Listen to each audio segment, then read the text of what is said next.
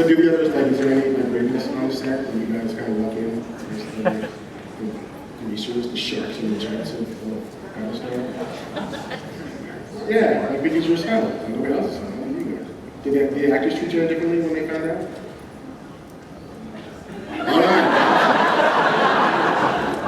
That's all backstage stuff. We can't really get into that.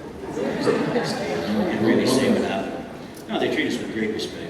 They were jealous, let's be honest. Rekha, had you gotten any backstory about Tori? I mean, it's one of the characters that we knew the least about. You know, when you appeared on the scene, it was just your Rawson's assistant, but we didn't know that much. Have you had any backstory from Ron or David about where Tori was from?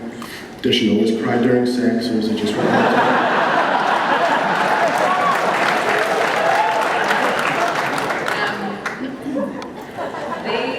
They did not create a backstory for Tori, aside from her job-related stuff when I first came onto the show. And it was really exciting, actually, because at the end of the second season, I don't know, I spoke to Ron Moore at a party, and he said he would love to know what my thoughts were. And so I got to be part of a collaborative experience of creating my character's backstory.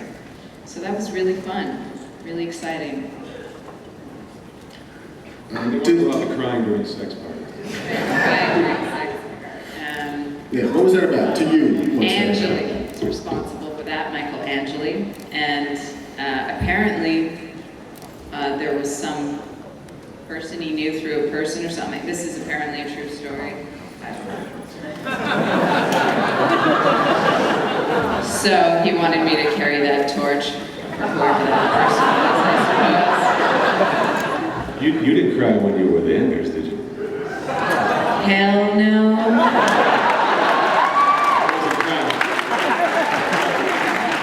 There's more tears of sadness. I actually, I took that from my personal choice was to make that a lie, because I wasn't happy to be in bed with the guy who ruined my life on New Caprica.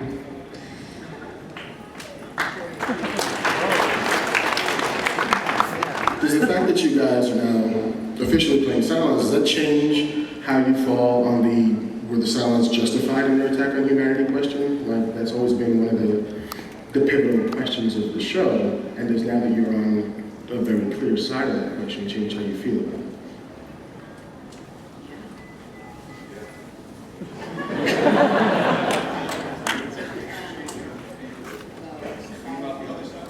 Yeah, about like the sort of Holocaust on Caprica and Congress.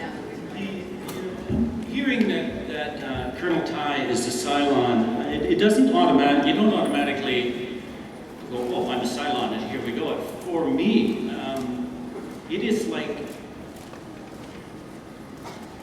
it's like all of a sudden you develop schizophrenia. I would think it's like being, all of a sudden you're hard of hearing, or even worse, if you all of a sudden were walking down the street and had an impulse to follow a child, or if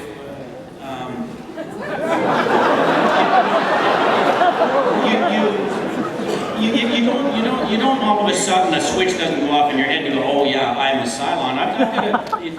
Ty has been through so much in his life, and with the substance abuse, with having to the incarcerated, that he will often lose his balance. And so now this thing of hearing this music in his head, it isn't like, oh, now I'm a Cylon and I'm looking at things this way. It's trying to deal with what is this. And if I'm a Cylon, if it's true, then I'm an awful dangerous. I have to deal with this because I am the oldest man probably alive. I've had more battle combat than anybody alive. And so if I'm a Cylon and something's going to snap, I've got to watch out. So it's not a comfortable thing having to deal with, but it is not an easy thing. It isn't just, okay, I mean, I don't know how the rest of the actors deal with it, but if I am a Cylon, then I'm a dangerous person and I'm scared. I got to watch out.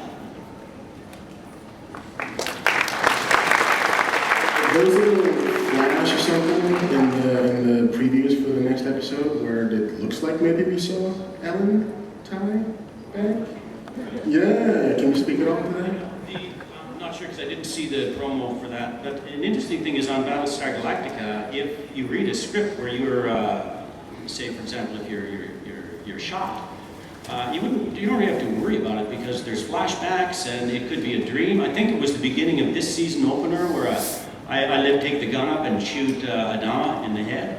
And then it goes, whoa, I just imagined that. But that actually was a good scene because that shows you how Ty is reacting to being asylum, right? That's in a nutshell. It's like, whoa, what if this is true? That is possible.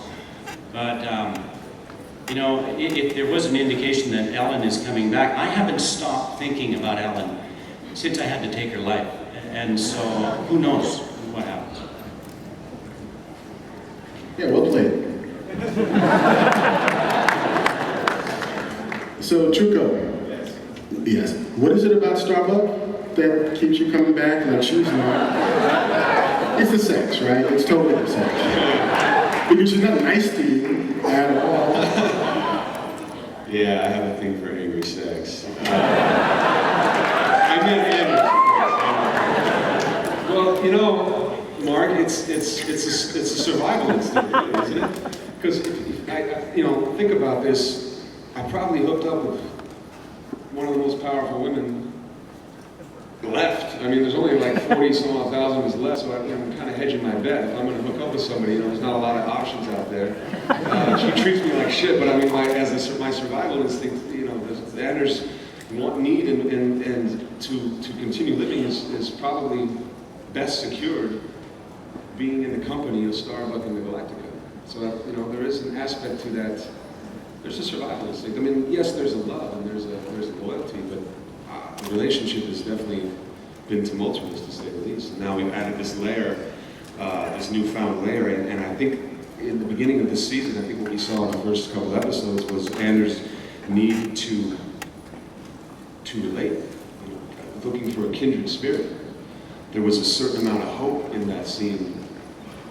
I think there was in the opening, the first episode back, when she comes back, and she and I are having this conversation in the, you know, in front of all the pictures, and there's almost a hint of hope that maybe we're kindred spirits. Maybe she is on my side.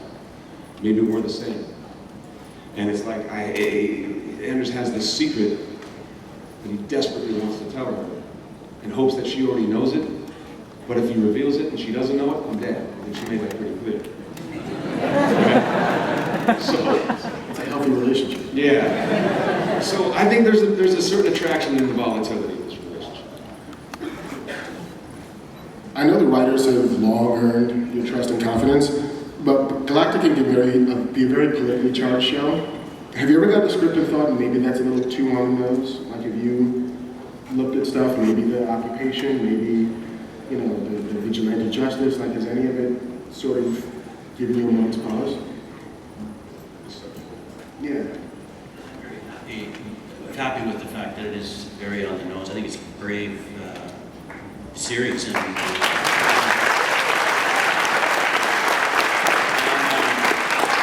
it makes me very proud to be involved in it because it isn't just escapism. It is there. And to listen to the news as you're going to work it's pretty spooky.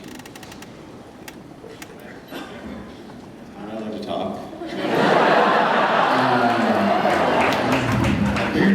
Three microphones, 3 of the final 5, I was pretty much screwed. I have to say, though, that it always amazes me how these guys continually refresh, and it's and these are the cheers for Elijah and for Bond and David, because those guys do an amazing job of continually refreshing this show. So just when you think you've got a handle, I feel this way, just when I think I've got a handle on it and I know where it's going, it takes me in a completely different direction.